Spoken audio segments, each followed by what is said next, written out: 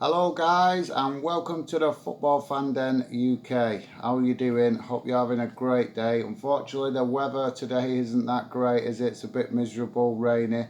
Not sure what it's like where you guys are, but in the UK here where I am it is very rainy.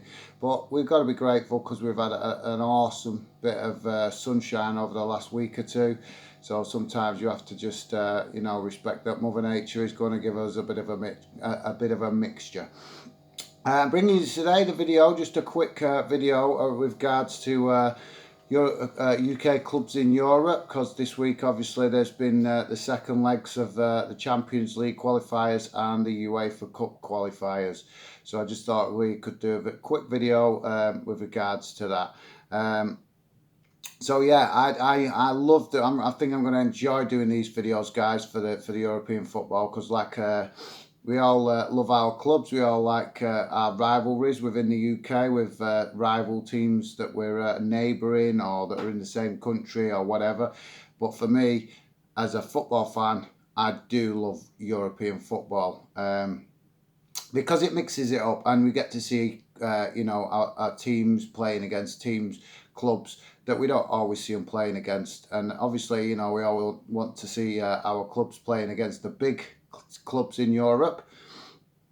But I think it's always great, even sometimes, that you play some of the lesser known clubs to mix it up a bit. I know they don't get as much publicity and as much attention by the media, and obviously fans are not always that enthusiastic about playing some of the clubs across Europe.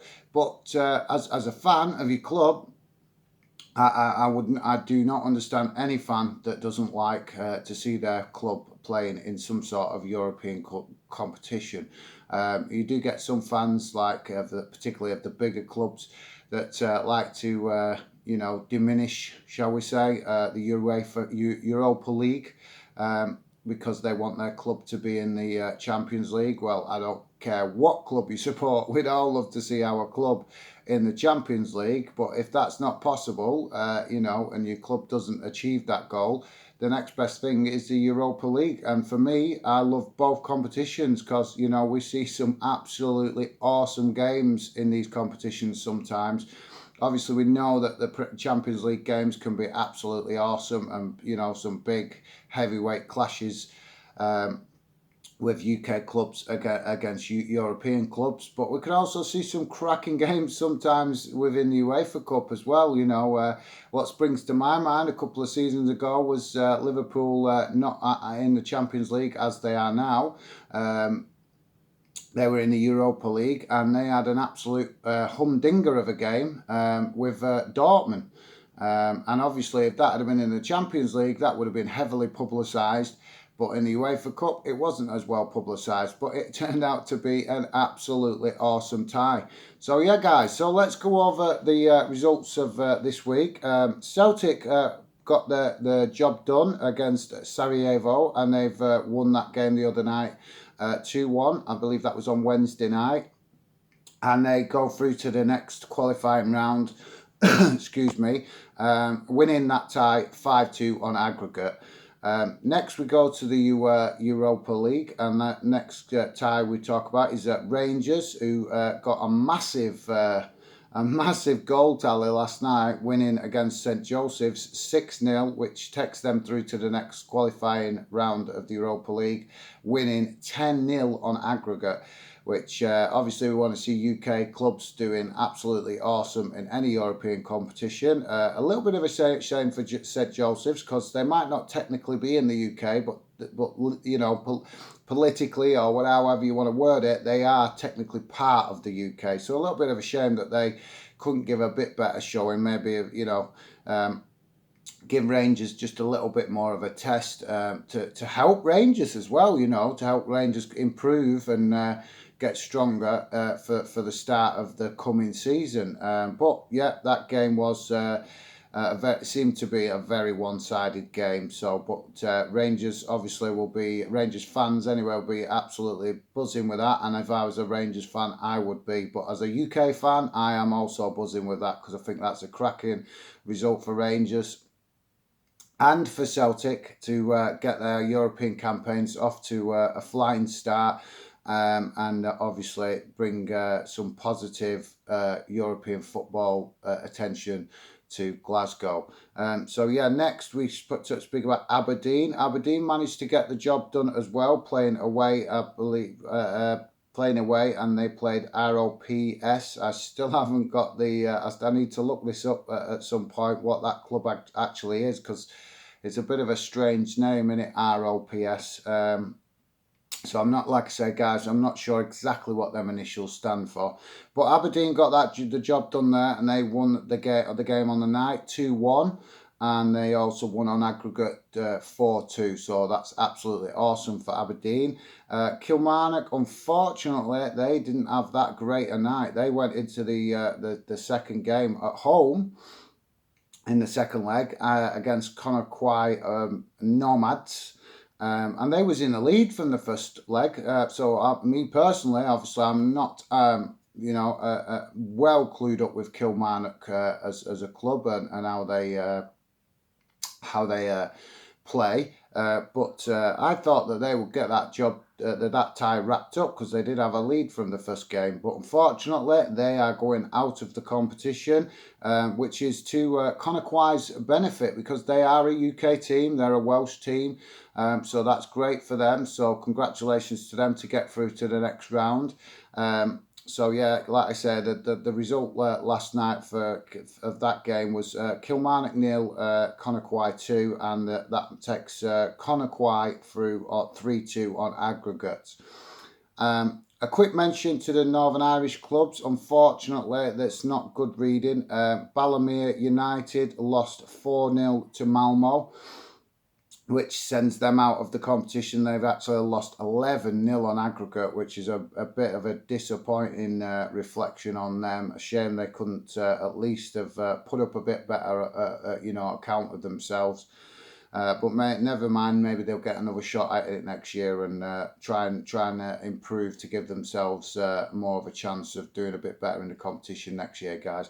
And also Cliftonville also knocked out of the competition because they lost to Haugesund. I think that's pronounced Haugesund, if I'm pronouncing that correctly.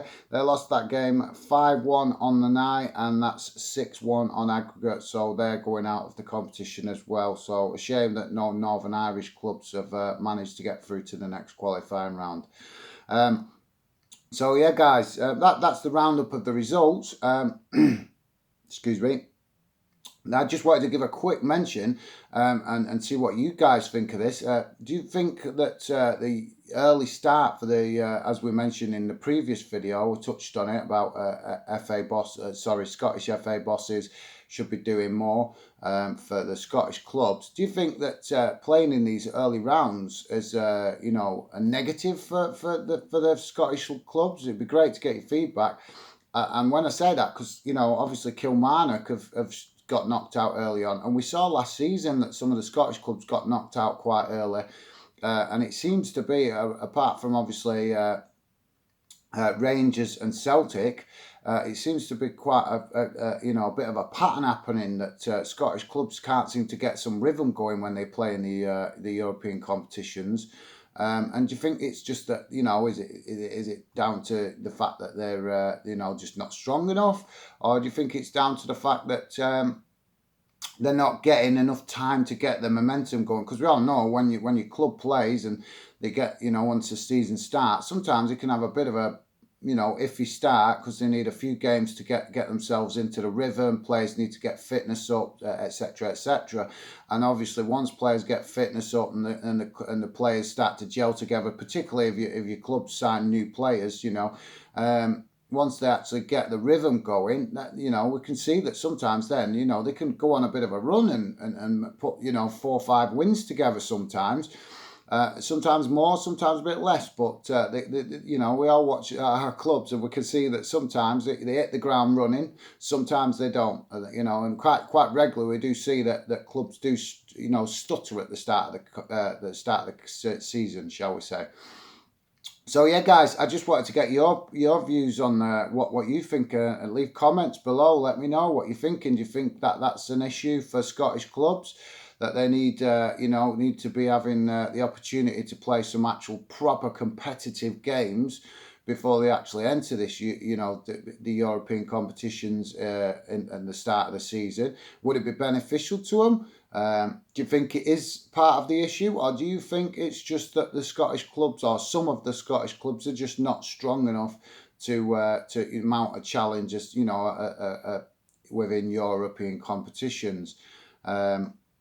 But like I say, guys, I'm pretty chuffed to bring in the news, like I say, that quite a few of the Scottish clubs have made it through to the next rounds, and obviously a Welsh club, which is awesome for Welsh football,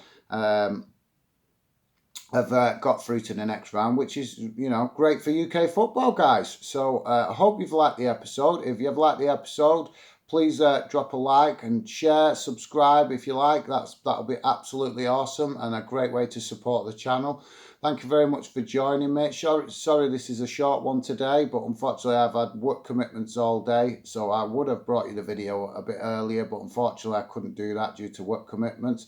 But I just wanted to get something on for you guys so that we could, at least discuss a little bit of the UK clubs playing in Europe. So thanks for joining me, guys. Take care. Hope you have a pleasant weekend, and hopefully you'll join me on the next video. Take care for now. Thanks a lot. Bye.